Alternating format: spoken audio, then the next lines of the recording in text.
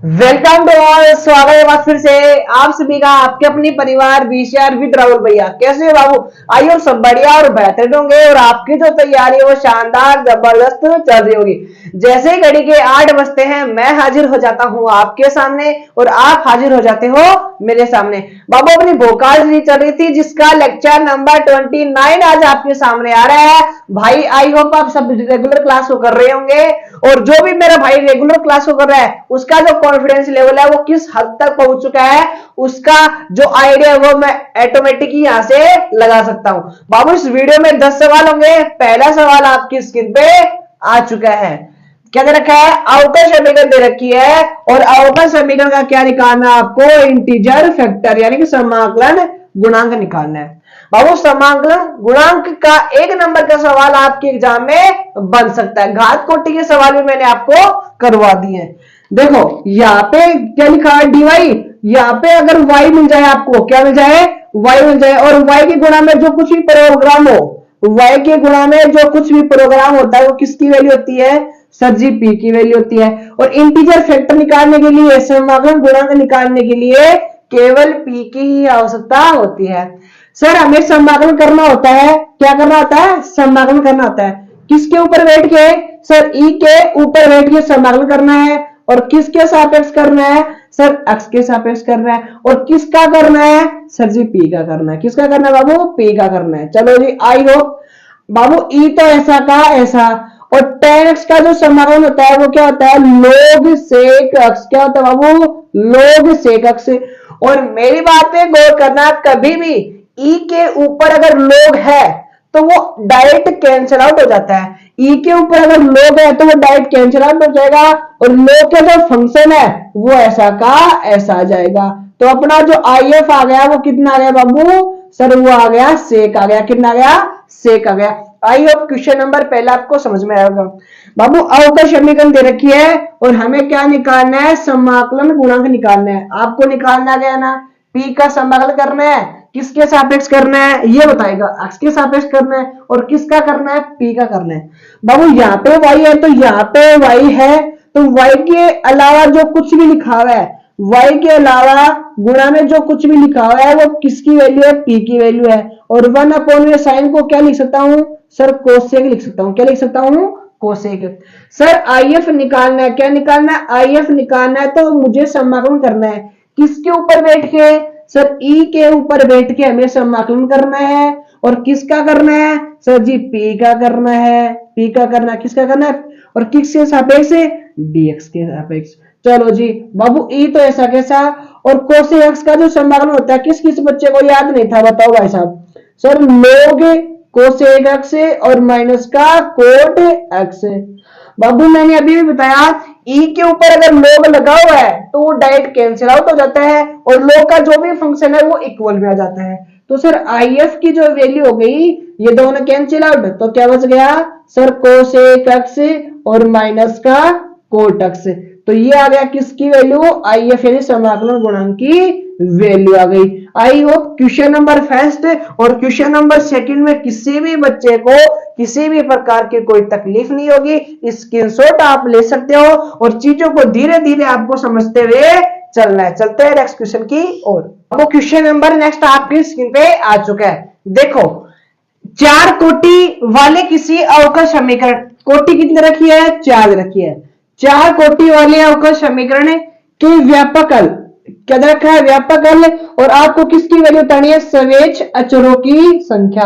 बाबू क्या बोल रहा है कि 4 कोटि वाले किसी अवकल समीकरण के व्यापक हल में, किसमें? व्यापक हल में सवेच अचरों की संख्या। बाबू अगर जिस भी ऑर्डर का आपको डिफरेंशियल इक्वेशन दे रखा है ना, अवकल समीकरण दे रखा है और आपको क्या पूछ ले? व्यापक हल में। क्या पूछ ले? व्यापक हल में। व्यापक हल में सवेच अचरों की संख्या। क्या? सवेच अचरों की संख्या वो क्या होती है बाबू? पता किसी बच्चे को? सवेच अचरों की संख्या वो होती है कोटि के बराबर। क्या? किसके बराबर? कोटि के बराबर। तो यहाँ पे जो कोटि रखी है वो कितनी रखी है? 4। तो इसकी जो संख्या होगी बेटा जी वो कितनी होगी? 4 होगी। याद रख लोगे क्या? सर व्यापक हल में क्या पूछा है? व्यापक हल में सवेच अचर और व्यापक हल में सवेच अचर का मतलब होता है जिस भी ऑर्डर का आपको अवकल समीकरण दे रखा है। तो सर 4 कोटि का अवकल समीकरण दे रखा है तो वो भी क्या हो जाएगा, 4 हो जाएगा, नहीं अचरों की संख्या 4 हो जाएगी। बाबू क्या दे रखा है, 3 कोटि वाले किसी अवकल समीकरण के बाबू विशिष्ट हल कौन सा है, व्यापक हल नहीं है, इस बार क्या है विशिष्ट हल है। और विशिष्ट हल में क्या पूछा है, अचरों की संख्या। बाबू किसी भी ऑर्डर का देते, चाहे 2 ऑर्डर का, चाहे 3 ऑर्डर का, चाहे 5 ऑर्डर का, कितने भी ऑर्डर का देते, अगर किसी भी ऑर्डर का आपको अवकल समीकरण दे रखा है और विशिष्ट हल में क्या पूछा है, सवेच अचरों की संख्या जो कि क्या होगी, हमेशा के लिए क्या होगी, हमेशा के लिए क्या होगी, 0 होगी। सर जी क्या होगी, हमेशा के लिए 0 होगी। तो इसमें सवेच अचरों की जो संख्या होगी, विशिष्ट हल में सवेच अचरों की संख्या कितनी होती है सर जी, वो होती है 0। कितनी होती है, 0 होती है। ये बात आपको याद रखनी पड़ेगी, चाहे वो 3 ऑर्डर की हो, चाहे 4 ऑर्डर की हो, चाहे 5 ऑर्डर की हो, विशिष्ट हल में सवेच अचर पूछे तो वो हमेशा क्या होंगे, 0 होंगे। याद रह जाएगी ना, दिमाग में सेट कर लेना बात को। अवकल समीकरण दे रखा है और अवकल समीकरण में क्या पूछा है सर, समाकलन गुणांक। हमने अभी अभी निकाला भी है बाबू। सर पहले तो इस गुणांक को एक करो, क्या करो, इस गुणांक को dy अपॉन में dx को एक करने के लिए पूरी इक्वेशन में x का डिवाइड करना पड़ेगा। सर जी कर दिया, यहाँ पे डिवाइड किया x का तो x से x कट गया, यहाँ पे y अपॉन में क्या हो गया, x हो गया, यहाँ पे 2 कांस्टेंट डिवाइड में x लिखा, ऊपर स्क्वायर है, डिवाइड में x लिखूंगा तो कितना बचेगा, मल्टीप्लाई में x बच जाएगा। अब सर y के गुणा में जो कुछ भी है, y के गुणा में जो कुछ भी है सर वो किसकी वैल्यू है, p की वैल्यू है और हमें p का ही समाकलन करना है। क्या करना है, if इंटीजर फैक्टर समाकलन गुणांक। ई तो ऐसा कैसा सर, हमें ई के ऊपर बैठ के समाकलन करना है, किसके सापेक्ष करना है सर, एक्स के सापेक्ष करना है। और किसका करना है, पी का, तो माइनस तो बाहर आ जाएगा, डिवाइड में 1 अपॉन में एक्स। बाबू 1 अपॉन में एक्स का जो समाकलन होता है पता है किसी बच्चे को सर, क्या होता है, log x होता है। अब बाबू ये माइनस है, ये कहां चला जाएगा, x के ऊपर चला जाएगा। तो सर जब भी e के ऊपर अगर log है तो आपस में खत्म हो जाते हैं। बाबू इनवर्स का x बच गया, क्या इनवर्स का x, इसको डायरेक्ट लिख दो 1 अपॉन में x। ये आपका क्या हो जाएगा, राइट आंसर।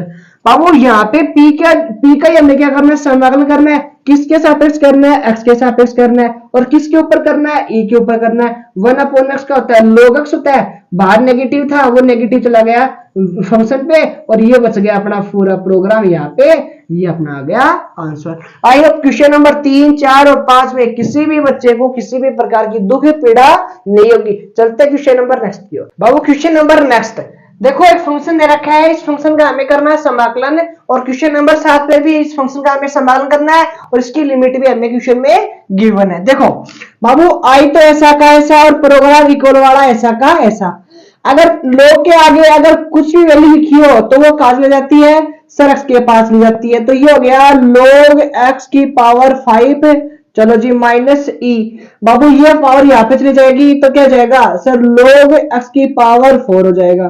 चलो जी डिवाइड में सेम प्रोसेस डिवाइड में करना है। सर ये पावर कहां चली जाएगी, log के पास चली जाएगी तो क्या जाएगा, e की पावर log x की पावर 3 हो गया, माइनस ये पावर इसके पास चली जाएगी तो क्या होगा, e और log x स्क्वायर। अभी अभी मैंने आपको एक बात बताई थी समाकलन गुणांक में, e के ऊपर अगर log है तो जो कुछ भी वैल्यू लिखी है वो डायरेक्ट आ जाती है आगे। चलो जी डायरेक्ट आगे आ जाएगा, चलो जी x की पावर 4 आ गई और इनटू में क्या है सर जी dx है, क्या है dx है।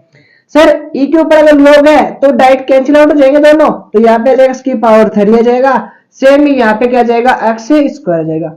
बाबू ऊपर कुछ कॉमन है क्या, ऊपर कुछ कॉमन है तो कर लो बाबू। सर x की पावर 4 कॉमन है तो ये अंदर क्या बचा, x माइनस का 1 बचा। चलो जी नीचे कुछ कॉमन है, x स्क्वायर कॉमन है सर जी, तो यहाँ पे कितना बचा 1 माइनस का, यहाँ पे कितना बचा बेटा जी सर x बचा, कितना बचा x और माइनस का 1 बचा और इनटू में क्या हो गया dx हो गया।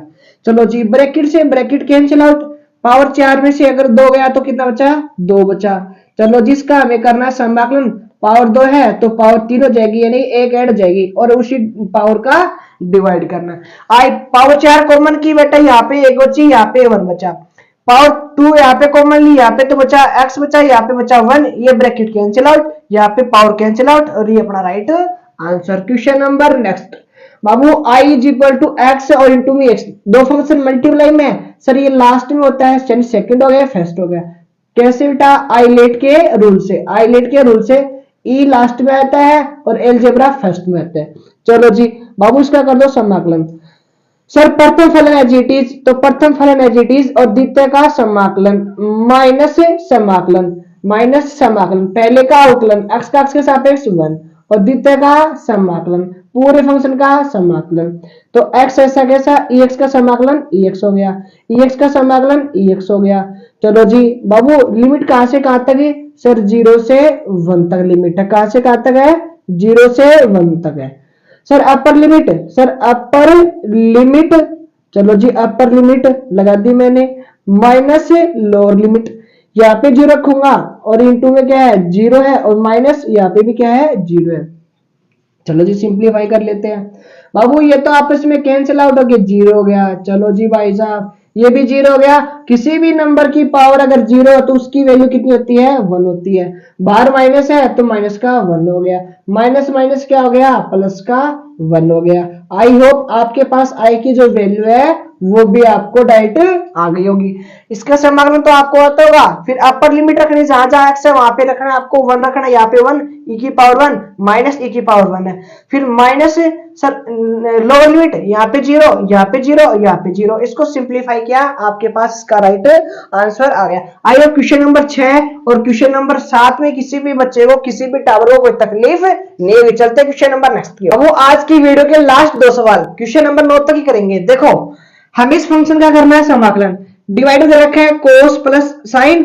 अगर बाबू ऊपर भी अगर मैं ऐसा ही प्रोग्राम बना दूं, क्या अगर ऊपर भी ऐसा ही प्रोग्राम बना दूं, डिवाइड वाला कैंसिल आउट हो जाएगा। चलो जी बाबू कोस टू एक्स का फॉर्मूला होता है, किसका, कोस टू एक्स का, कोस स्क्वायर एक्स और यहाँ पे होता है माइनस साइन स्क्वायर एक्स होता है। चलो जी ये फॉर्मूला किस किस बच्चे को याद नहीं था भाई, याद नहीं था, याद कर लेना, गलती आपकी नहीं है भाई साहब, तुम्हारे विचारों और तुम्हारे समय की गलती है भाई साहब, तुम याद करते रहना फॉर्मूले।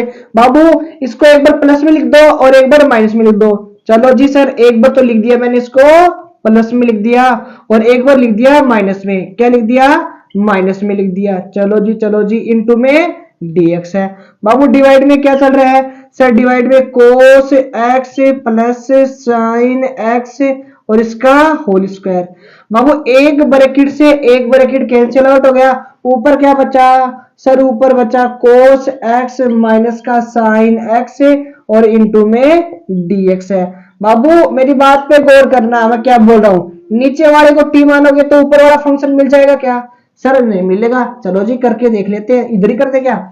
चलो जी कोस x और प्लस का साइन x और इक्वल में t, कोस को किया तो अवकलन माइनस का साइन और सर साइन का किया तो कोस x और पूरे फंक्शन का किया तो dx इज इक्वल टू क्या है, सर जी dt। देखो अच्छा कोस प्लस का दे रखा है ना, यहाँ पे प्लस का है, माइनस साइन का है ना, बिल्कुल साइन, इसको उल्टा सुल्टा लिख दिया, बात वही है। चलो जी यहाँ पे कर देता हूँ i इज इक्वल टू, बाबू इसकी वैल्यू कितनी होगी, सर dt की इक्वल होगी और डिवाइड वाले को मैंने क्या माना था, t माना था, क्या माना था, t माना था और dx अपॉन में x का एंड dt अपॉन t का क्या हो गया, log t, ये हो गया log t। सर log तो ऐसा कैसा और t की जो वैल्यू है वो कितनी है, cos x plus sin x है, cos x है और प्लस में sin x है। आई होप क्वेश्चन नंबर ये भी आपको समझ में आया।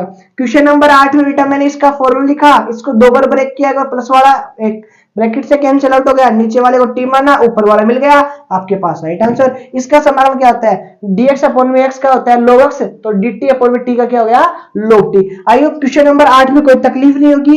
चलते क्वेश्चन नंबर 9 की, आज की वीडियो का लास्ट सवाल। देखो बाबू डिवाइड में क्या दे रखा है, ex दे रखा है आपको, इसको सिंप्लीफाई कर लो, आप क्या कर लो, सिंप्लीफाई। ex तो ऐसा कैसा, बाबू इसको ऐसे लिखता हूँ क्या, 1 अपॉन में x, अभी भी एक ही बात है, ऊपर जाके नेगेटिव था, नीचे आके पॉजिटिव हो गया। चलो जी डिवाइड बेटा एलसीएम ले लो, क्या ले लो, एलसीएम ले लो। एलसीएम लिया तो ex आ गया, तो यहाँ पे ex में 1 का डिवाइड किया तो ex हो गया और मल्टीप्लाई किया तो ex का स्क्वायर हो गया प्लस में 1। ex में ex का डिवाइड किया तो 1 और 1 को 1 से मल्टीप्लाई किया तो 1 है। बाबू डिवाइड वाला प्रोग्राम कहाँ चला गया, सर मल्टीप्लाई यानी ऊपर चला गया। चलो जी ex और इसका स्क्वायर प्लस में 1। बाबू यहाँ पे x को आपको t मानना है, क्या मानना है, t मानना है, तो ex का अवकलन ex होता है और टी का क्या हो गया, dt हो गया। चलो जी, i इज इक्वल टू, बताओ इस वाले प्रोग्राम की जगह dt रख सकता हूं क्या, कहां पे, यहाँ पे। सर ये तो हो गया dt और डिवाइड में क्या हो गया सर t का स्क्वायर, क्यों, इसको मैंने माना t, यहाँ पे हो गया 1 इसका स्क्वायर, इसका डायरेक्ट इनवर्स है, यानी कि tan इनवर्स t और c, ये क्या होता है इसका समाकलन। किस किस बच्चे को समझ में नहीं आया, अरे समाकलन करना आता है क्या तुम लोगों को, आता है क्या, चलो जी। सर tan इनवर्स तो ऐसा का ऐसा, t की वैल्यू कितनी है ex है, और ये हो गया प्लस का c। देखो ये कैसे किया मैंने, अभी अभी बताता हूं। 1 अपॉन में a और tan इनवर्स x अपॉन में a, ये फॉर्मूला होता है, किसका होता है, फॉर्मूला किसका सर, समाकलन dx डिवाइड में x square plus a square. a की वैल्यू यहाँ पे कितनी है 1 है, x की वैल्यू कितनी है सर जी t है, तो t डिवाइड में 1, a की वैल्यू 1 है, वो आपका right answer. I hope question number 9 भी आपको समझ में आएगा। बाबू एक्स वाले जितने भी सवाल है मोस्ट इंपोर्टेंट है, आपके एग्जाम में आपको देखने को मिल सकते हैं। आई होप किसी भी बच्चे को कोई तकलीफ नहीं होगी, और मुलाकात करेंगे नेक्स्ट वीडियो में। जय हिंद, जय भारत।